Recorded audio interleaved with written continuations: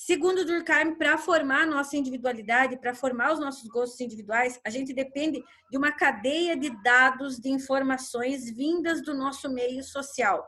Nós não temos como fazer escolhas individuais, temos depois de um tempo, né? Mas, a princípio, as nossas escolhas individuais, todas elas, vão ser direcionadas de alguma maneira pela questão social, pelo nosso grupo social, onde nós estamos inseridos. Gente, quer uma prova de que é assim? Ó, pensa bem friamente, neutro, você é um ET, você é de outro planeta. E você vê uma pessoa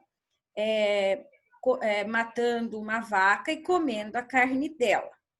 E você vê uma outra pessoa pegando barata e gafanhoto e comendo a carne dele. Você é um ET, você é lá do outro planeta, tá? O que você vai dizer? Eles se alimentam de espécies vivas que se movimentam como eles, mas que são um pouco diferentes, têm um formato diferente. E tudo bem, porque você não faz parte de nenhuma sociedade da Terra. Agora, vocês, nós, que estamos acostumados desde pequeno com a carne de gado, com tudo bem matar a vaca ou o boi e separar a carne para fazer carne moída, hambúrguer, churrasco, enfim, né? De repente, alguém chegar e pôr no seu prato um espetinho com um gafanhoto e um espetinho com uma barata, vocês vão pegar simplesmente e comer? É a minha individualidade que manda. Então, eu acabei de ver esse gafanhoto aqui no meu prato e ele me despertou muita fome. Eu nunca vi, nunca comi, nunca tive perto. Me despertou muita fome e eu vou comer. Quantas pessoas vão ter essa reação? E quantas pessoas vão ter aquela reação assim, que nojo, o que é isso?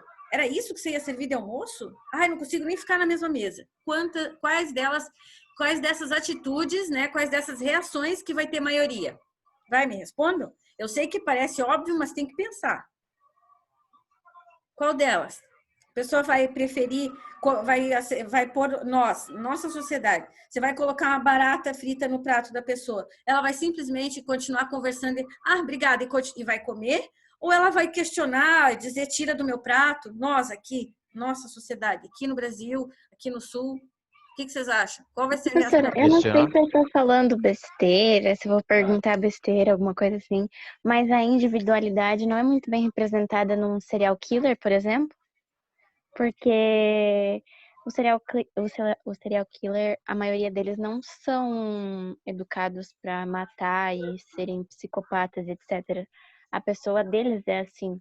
Mas aí entra uma outra questão junto, que daí tu tá colocando, vai ter que colocar neurociência nessa discussão, porque consta hoje, né, que os serial killers e vários tipos daí tem a psicopatia, tem outros problemas neurológicos, né, que são de causa neurológica. Então, falta atividade no cérebro, não é uma questão. Tá. Não é uma questão social, entende? Não é uma questão de convivência ou de estar inserido ou não inserido num grupo. É lá da cabeça. Aí, assim, é individual, mas não é individual por formação psicológica, é por formação neurológica. É isso que a ciência diz hoje, né? Entendeu? Ah, tá, entendi. Antes eu achava que essas situações eram mais psicológicas, de repente por um trauma ou coisa assim, se desenvolvia e tornava-se um serial killer ou coisa assim, né? Hoje não, hoje disse que é por questões neurológicas mesmo, atividade do cérebro enquanto uma máquina e não enquanto um ser que convive. Então, professora, então você acha certo julgar essas pessoas porque elas fazem? Porque digamos que não é culpa delas, né?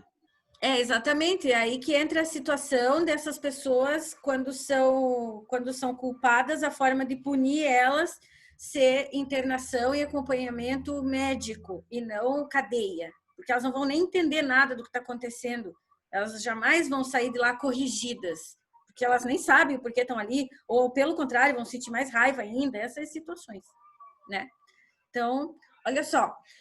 Aí, deixa eu continuar aqui no Durkheim, mas eu gosto que vocês participem e que a gente fale dessas coisas, eu acho muito bom. E aí que não existe um fator de análise mais interessante para falar de comportamento social e de fato social do que o trabalho, né?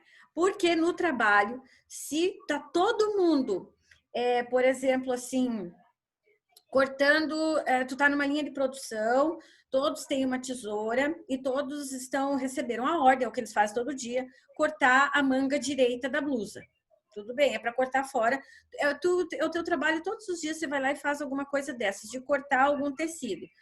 E foi mandado cortar a manga da blusa, da manga direita fora para todo mundo. Daí, de repente, o cara que é o organizador lá, o fiscal ali, enfim, que coordena a equipe, chega e diz assim, gente, muda tudo, agora é para cortar o braço, a manga do braço esquerdo. O que vai acontecer, gente? Não é um comportamento de grupo e todo mundo vai começar a cortar? Qual das pessoas que está nesse trabalho que vai dizer assim, só um pouquinho, você pode me explicar por que agora eu vou cortar o braço, a manga esquerda? Quantas de um grupo de 50 pessoas que vão parar o trabalho e questionar e querer que seja explicado? E quantas vão seguir o padrão? Simplesmente vira a blusa e corta a manga do lado esquerdo. A maioria vai fazer o quê? Cortar ou questionar? Vamos cortar. Cortar. A maioria vai cortar. Certo? Por quê? Porque, segundo Durkheim, a gente tem esses fatos sociais, essas coisas que a gente faz sempre e que estão sempre muito presentes no nosso cotidiano. Eu vou usar uma outra palavra mais intensa do que cotidiano, coisas que estão muito presentes na nossa rotina diária, que a gente vai fazer. E que quando mudar, poucos questionam. Se está todo mundo mudando, eu vou mudar também. Se um só mudar, eu ridicularizo ele. Mas se todos... Mas na visão, com licença, na visão do Durkheim, é errado esse comportamento de grupo? Porque se você parar a pensar, o ser humano, ele desde seus primórdios, ele é um ser que trabalha em grupo. Desde a primeira sociedade, desde quando se era nômade, o ser humano andava em grupos. Então, acho que é meio natural, é meio lógico que vai ser um trabalho em grupo, assim. Então, o Durkheim, ele não tem a intenção, como é um trabalho científico, ele não tem a intenção de dizer se isso é certo ou errado. Ele apresenta o fato social como um fato. Entende? Ele está dizendo, é assim que funciona. A sociedade, ela se sobrepõe ao indivíduo. A sociedade, ela exerce uma influência maior sobre as nossas ações do que o nosso próprio querer, a nossa própria vontade. Vocês já imaginaram? A gente está em sala de aula lá. Estou dando aula, né? Normal. Mais um dia, nós estamos na sala, todo mundo conversando, o assunto é bom, tá todo mundo participando, tá uma delícia de conversar, uma coisa bem polêmica, bem interessante. De repente, uma pessoa levanta no meio do nada, tira toda a roupa, começa a gritar e sai da sala. Qual a primeira coisa que a gente vai pensar? Que tá com algum distúrbio, que tá traumatizada com alguma coisa, enfim, todo mundo vai perceber aquele comportamento diferente e todo mundo vai estranhar. Todos os demais, todos nós na sala, vamos achar aquilo muito estranho, certo? Se realmente nós tivéssemos a nossa individualidade falando mais alto do que o contexto social, ninguém ia dizer nada, gente. Tranquilo. Porque ele ia começar a gritar e tirar a roupa, o outro ia continuar prestando atenção na aula, eu podia continuar dando aula ou simplesmente virar as costas e sair, porque eu não estou mais afim. Outra pessoa teve uma ânsia de vômito, ela ia começar a vomitar ali, porque simplesmente deu vontade de vomitar, ela sabe que não é muito certo, mas também não dá tempo de correr, vomita ali mesmo de qualquer jeito. Ou ela nem tá afim de sair para ir no banheiro, vomitar. O certo, o social diria, começou a passar mal, pede licença e sai, você não vai vomitar na frente de todo mundo. Mas como quem manda é a minha individualidade, eu não tô nem aí para os outros, eu pego e vomito ali mesmo, certo? Como eu não tô nem aí para os outros, eu vou fazer uma festa de aniversário e vou servir lesma para todo mundo, quero só ver essa gente o que vai fazer. É porque é a minha individualidade. Eu gosto, eu já comi lesma e gostei, agora eu quero que todo mundo coma também. Eu vou passar para todo mundo, porque eu vou comer. E o que manda é a minha individualidade. Existem essas situações, gente? Vocês já imaginaram o distúrbio, a loucura que seria? Então, sim, nós seguimos padrões sociais, fatos sociais, nós construímos fatos sociais e esses fatos sociais se sobrepõem às nossas vontades e individualidades. Nesse momento, eu aposto que tem gente que está aí prestando atenção, porque geralmente a professora Carla dá atividade, dá algum trabalho para fazer, e se não fizer, depois é meu pai e minha mãe enchendo o saco, seguindo um padrão, um fato social. Mas a minha vontade mesmo era fechar o computador agora e ir lá dormir, porque essa noite eu não dormi nada. Eu fiquei de bobeira e não consegui dormir. Então, a minha vontade mesmo, a minha individualidade me diz, vai dormir. A minha natureza está me dizendo, porque eu estou com sono, eu dormi pouco, e o meu corpo está me chamando para dormir. Mas o que eu faço? Eu obedeço a um fato social, a uma convenção social. Eu preciso estar aqui, porque senão a professora vai passar trabalho, isso vai me dar problema de nota, meu pai e minha mãe vão me pegar, depois eu não vou passar no vestibular, eu não vou trabalhar, eu não vou servir a sociedade. Não é assim? Tá errado? Se a gente for analisar de acordo com Durkheim, esses fatos sociais, eles não são realmente como se fosse uma... Como é que ele diz que eu acabei de escrever? Mas, professora, Uma não sobreposição. são fatos sociais ou é a personalidade de cada um que lida com esses fatos sociais?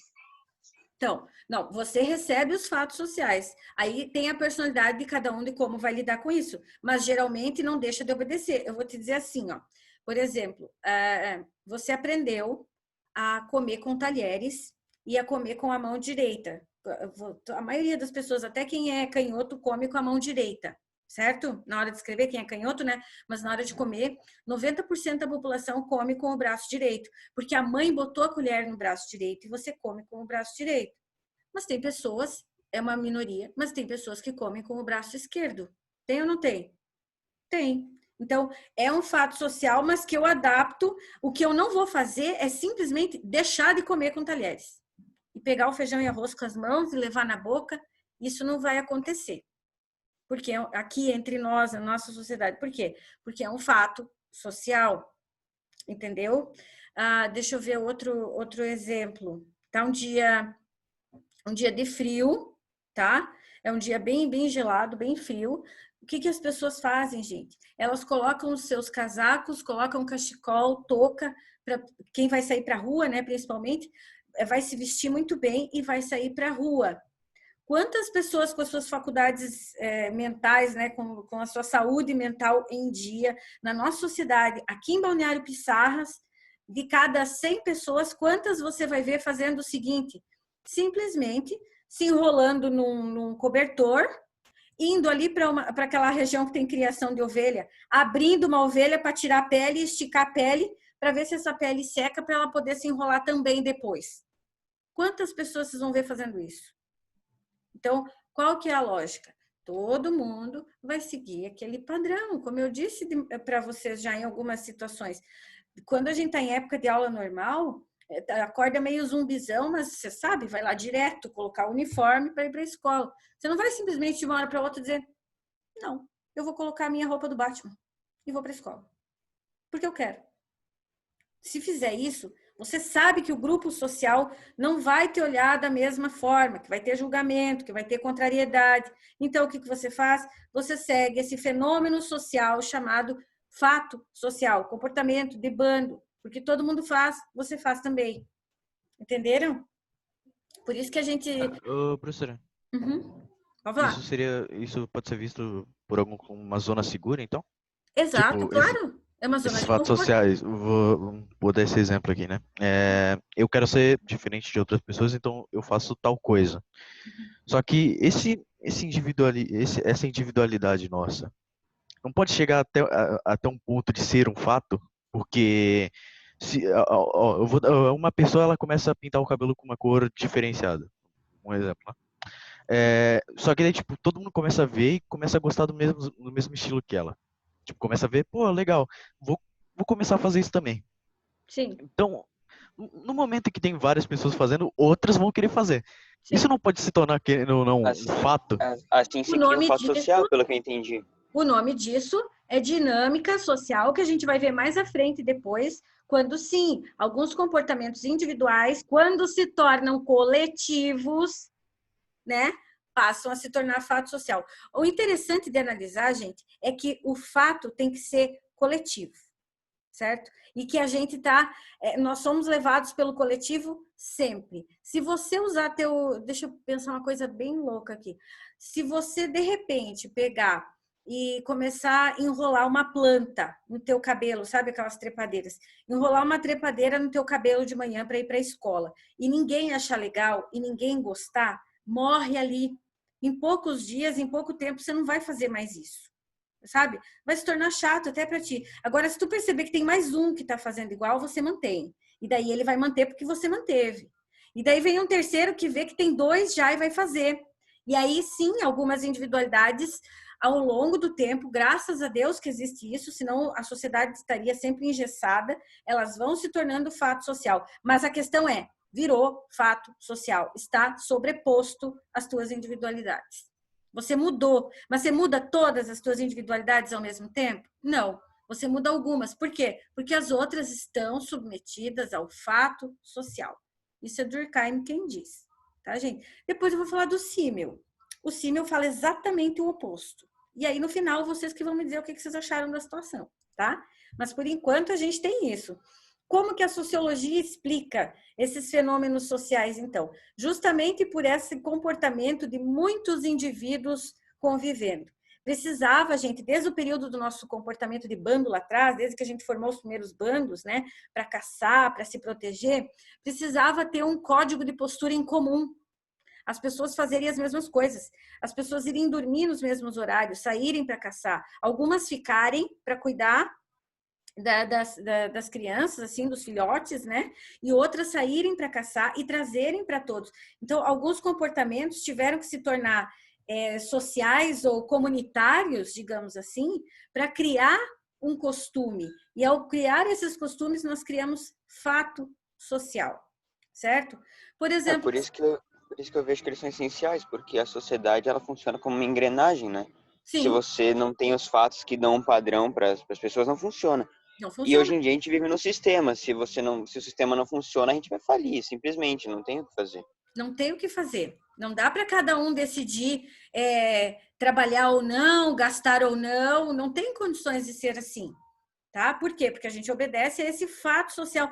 A economia é um fato social incrível, gente. Porque por mais que a minha individualidade diga, Carla, planta a tua horta e vive das coisas que você plantar ali e fica isolada no teu mundo. Peraí, eu tenho essa escolha, mas eu tenho o direito de impor isso para os meus filhos? Não, por quê? Porque a gente vive em sociedade, porque eles vão conhecer outras coisas lá fora. Eles vão me cobrar, eles vão querer saber, eles vão querer conhecer. Entendem? Então, a minha individualidade, a partir do momento que ela interfere na vida de outras pessoas, ela é barrada. E eu tenho que obedecer o fato social. A gente está inserido em fatos sociais o tempo inteiro. Então, ele molda o nosso comportamento, molda as nossas ações, padroniza pensamento, padroniza atitude. Por exemplo, assim, hoje em dia, e ele se sobrepõe de você não raciocinar mais sobre ele. Quem de vocês tem costume de ir em igreja, por exemplo, né? Que vai na igreja. Quando vocês chegam na igreja, você até comenta alguma coisa, mas não baixa o tom de voz? Alguém lá na porta da igreja diz para você, lá dentro fale baixo e depois faça silêncio. Não, isso foi dito lá atrás, no teu processo de socialização primária, e você só repete. Virou fato social. E todos na igreja vão fazer igual. Virou fato social. Você vai pelado na igreja? Não, Deus o livre, não posso na escola, não posso no mercado pelado, vou ir na igreja pelado, imagina? Pois é, mas tem alguém na porta ou tem uma placa na frente da igreja, por favor, não entre pelado. Não tem. Por quê? Porque virou fato social. Foi aprendido lá atrás e você não ousa. Você não vai. O que é fato social sobreposto, você não vai ousar contra isso. Você não vai de uma hora para outra, eu vou ir pelado e o padre que me aceite, o bispo, o pastor, seja lá quem for. Entendem? A maioria é sempre tudo aquilo que é maioria na sociedade. E a maioria segue padrões sociais e repete fato social. Aí tem um exemplo assim, por exemplo, uma situação. Antigamente, homem de brinco, nem pensar. Imagina, os pais não deixavam. Aos poucos, foi colocando um e o outro, e foram quebrando barreiras, e a gente tem a situação de hoje, em algumas sociedades, muita gente usa e virou comum. Quando vira comum, é fato social, já está ali, já está no meio da situação. Mas sim, teve pessoas que tiveram que romper com a individualidade, ou melhor, interferir com a sua individualidade para mudar alguns padrões. Só que se ela não fosse seguida por outros, teria dado certo, gente? Essa que é a questão. Sempre eu estou falando de grupo. Quando eu falo de fato social, eu estou sempre falando de grupo. E mesmo que alguém quebre essa lógica do grupo e faça algo diferente, esse algo diferente só vai se concretizar na sociedade se outros seguirem. Virou grupo de novo. Entenderam? Geralmente o fato social, ele não soma bem nenhum para o indivíduo. O fato social soma bem para o todo. E aí depois você coloca o indivíduo na jogada. Se está fazendo bem para todo mundo, significa que eu sou parte de todo mundo, faz bem para mim também. Nossa, professora, confundiu agora. O fato social é sempre visando o bem comum. Vou dar um exemplo bem atual. Usar máscara. Certo? Por que usar máscara representa isso? Porque a lógica da máscara, né, é que você coloque ela para proteger o outro caso você esteja infectado. Se fosse para o meu bem individual, eu não usaria nunca. Por quê? Porque a máscara, gente, faz com que você fique com o gás carbônico preso ali, né? E que você, ao respirar, você coloque mais uma parte daquele gás carbônico de volta para dentro do organismo. Isso não faz bem para os pulmões da gente. De fato, não.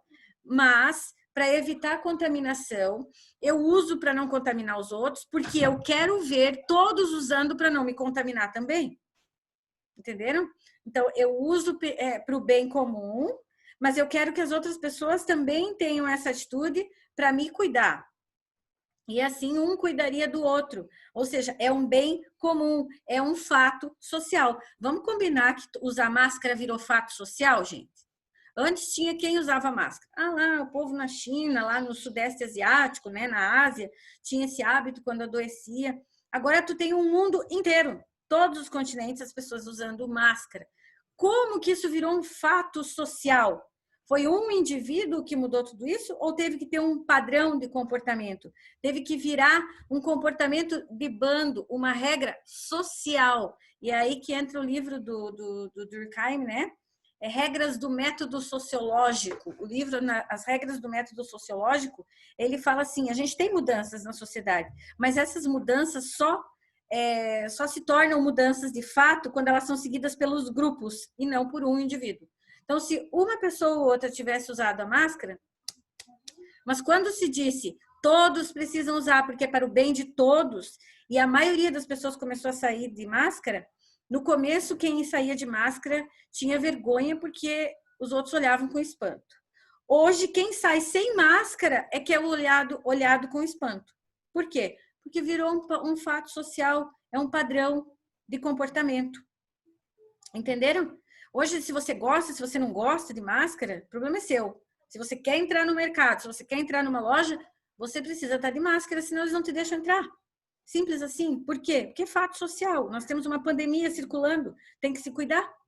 Aí você tem as suas individualidades. A máscara branca, a máscara preta, a máscara de carinha, a máscara de patinha de cachorro, a máscara azul, a máscara roxa, a máscara com tiara para as mulheres, que tem algumas, né? Que é a máscara e aquela tiara para colocar.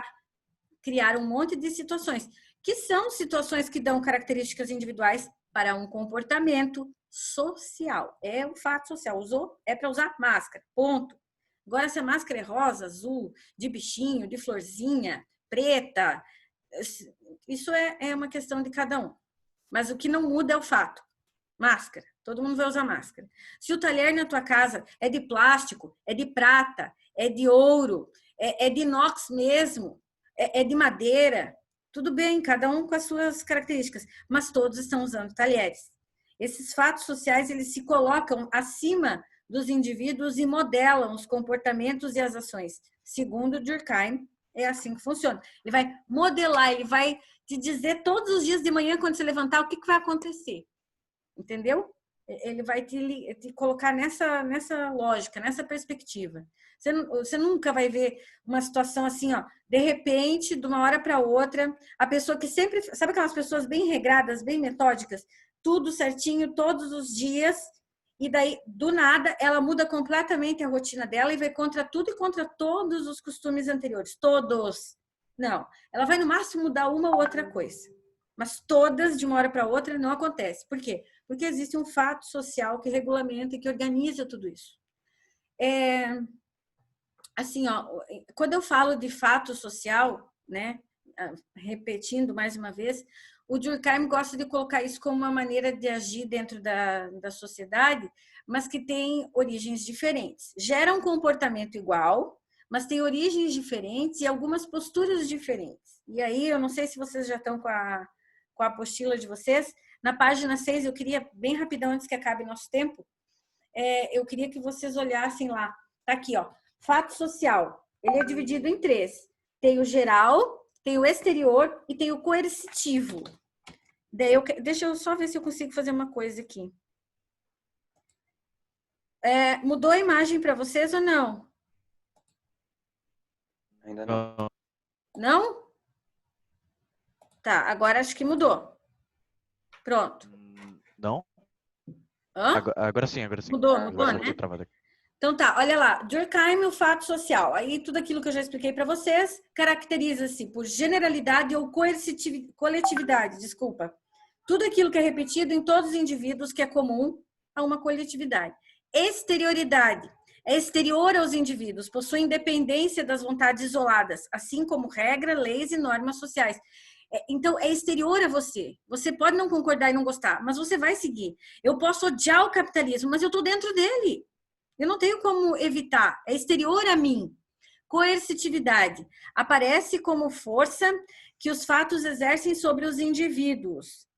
Apresenta-se sob forma de sanções, pressões sociais ou punições legais ou morais. Manifesta-se quando adotamos um idioma, uma moda, aceitamos um costume, uma religião. Se eu simplesmente... eu vou dar de novo esse exemplo do capitalismo. Eu detesto o capitalismo. Acho um absurdo ter que comprar e pagar pelas coisas. Então, o que eu faço? Eu vou lá roubar, porque eu acho que todo mundo tem direito de pegar as coisas que quer quando quiser. Eu não tenho que pagar por isso. O que vai acontecer comigo? Uma pressão social, eu vou receber rótulos e ainda vou receber uma punição legal, porque na minha sociedade isso não está certo, isso não é fato social. Entenderam? São essas 3 características que o fato social tem. E alguns fatos sociais não são impostos também, né, gente? Aqueles que vocês sabem que a gente sofre constrangimento quando não segue eles. Então, cada um deles tem isso. Fatos sociais sempre passam por isso. Se você não cumpre eles, você, antes de mais nada, vai enfrentar o grupo social te punindo ou te criticando. Certo? Ó, tá acabando o tempo aqui.